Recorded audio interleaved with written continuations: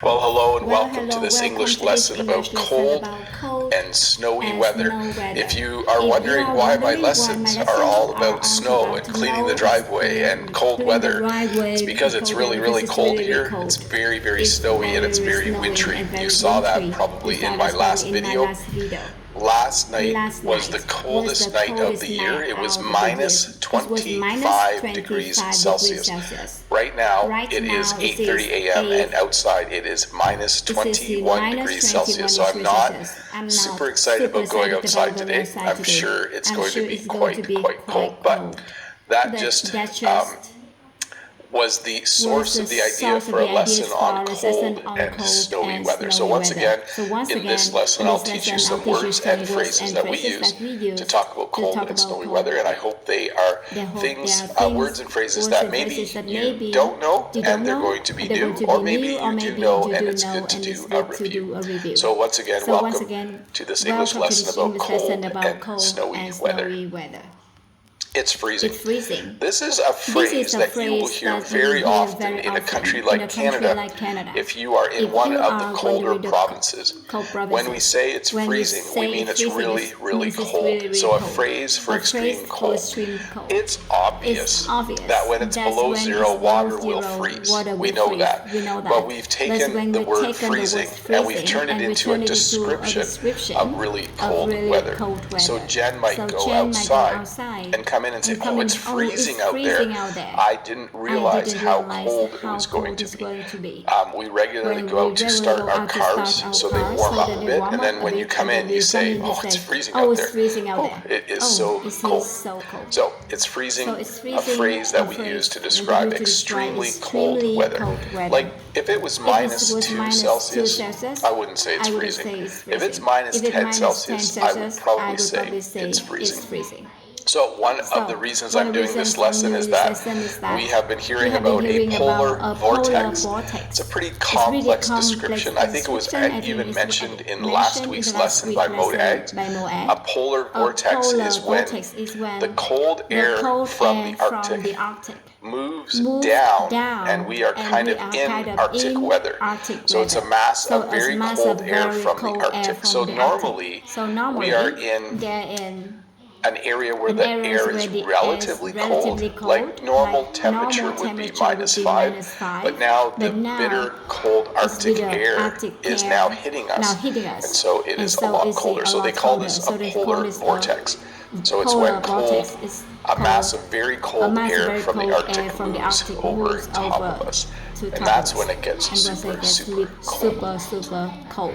Layers. Layers. When it is this When cold, it is this cold, it is important it's important that you dress that you in dress layers. in layers. If you see If you this see gentleman this here, gentleman it here, looks like it he looks like has he has a blue. If you just you look just right look here, you right can see here, there's a little bit of a little blue. bit of He blue. probably has a blue blue t-shirt. t-shirt. Over top of Over that, top he of that, probably he probably has a has black long black sleeve long t-shirt. sleeve t-shirt. And then on top of that, On he top has a of that, he red has a sweater. red And then on top sweater. of that, he On has a top of that, winter he has a coat. winter coat. So he's probably wearing 4 layers. He might even be wearing 5 layers. This is very common when you dress in layers. Multiple pieces of clothing worn together for warmth. The layers trap a little bit of air between each layer, and that helps you stay warm. It's kind of like your own personal insulation. So when I went outside the other day, I had 3 layers on my legs. I had 4 or 5 layers on my upper body, and then I even had a winter hat, a hood, and then another hood the other day. If you saw my members only video, you would have seen me in many, many layers. Sledding, tubing, tobogganing. In the winter, hills get covered with snow, and snow can be slippery. That means it's easy to slide on it. So as a kid, it's pretty common to go sledding, is sliding downhill on a sled over snow. So gravity pulls you down, and the snow is very slippery and allows you to slide. Tubing is similar, sliding down a snow-covered hill on a tube. This is actually, originally we would just use inner tubes from car tires or tractor tires. those actually slide on the snow very, very well.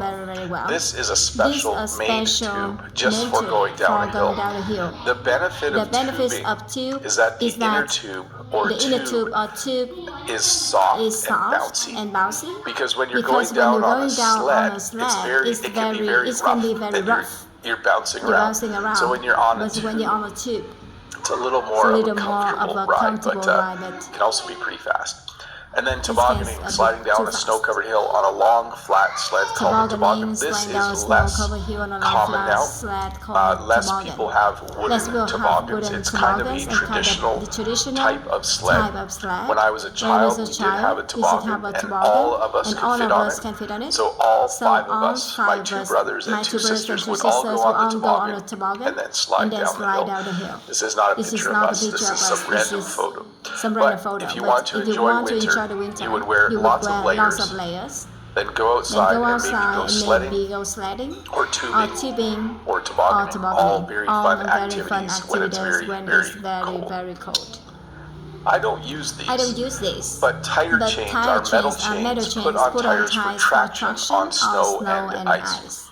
In my area of Canada, it usually doesn't get this bad, and chains are often used in areas where you might have to drive up or down a hill or mountain regularly, but I don't know anyone in my area that uses tire chains, but they will definitely give you good traction. So tire chains are metal chains put on tires for traction on snow and ice. If you watch the YouTube channel Martin Dulard, I don't know if you've ever watched it. He lives up in the mountains in Italy, and he regularly puts tire chains on his car in order to drive down the mountain or back up the mountain. So maybe if you search for Martin Dulard, Dulard, he's a Dutch guy that lives in Italy, and he's kind of rebuilding this old house, and he's building a shop. It's pretty interesting. Anyways, I'll put a link in the description or in the comment below when I'm done. Frostbite. So extreme cold is very, very dangerous. When you go out, when it's -10 or -15 or -20, it starts to become very important that you don't have your skin exposed to the cold air. You must wear gloves, and you might even need to wear what's called a ski mask, where only your eyes and mouth show, because otherwise you might get frostbite, injury to skin caused by extreme cold. And they'll even tell you how long it's safe to be outside with your skin exposed. They might say, don't stay outside for longer than 5 minutes, or you risk getting frostbite. So frostbite is when your skin actually freezes. So it's very important. Right now it's now it's -21. I think it was earlier. It's very important that I wear gloves when I go outside. I will also wear a winter hat. But if I'm just running to my car, I might not. But frostbite, injury to skin caused by extreme cold. To shiver. So it's pretty common to shiver when it's cold. It means to shake because you are cold. And you might be aware of this if you go swimming somewhere where the water is cold. When you come out, you might be shivering. So it's where your body tries to warm itself up by making you shake. So to shiver, to shake because you are cold. Interestingly, I don't often shiver when I'm outside in the cold. I often shiver when I come back in and take off my layers. Sometimes it's not very warm in the house, or sometimes you get like when you get a lot of snow on your gloves and in your gloves, it can melt, and so your hands can get wet in cold weather, and then you will be very, very cold, and you will shiver a lot. To brave the cold. So this is a pretty interesting phrase. To be brave means to have courage. It means to do something even though it's hard. And we often use the phrase to brave the cold to talk about when you go outside despite very cold weather. If you have a dog, you have to brave the cold and take the dog for a walk. You probably don't want to go outside, but the dog has to go outside every day, 2 or 3 times to go for a walk, to go to the bathroom. So you need to break the cold. If I look outside and think it's really cold, I still have to brave the cold and go to work. Like I can't just stay home because it's cold. I need to have courage. I need to decide that I'm going to go out and I'm going to do what I need to do.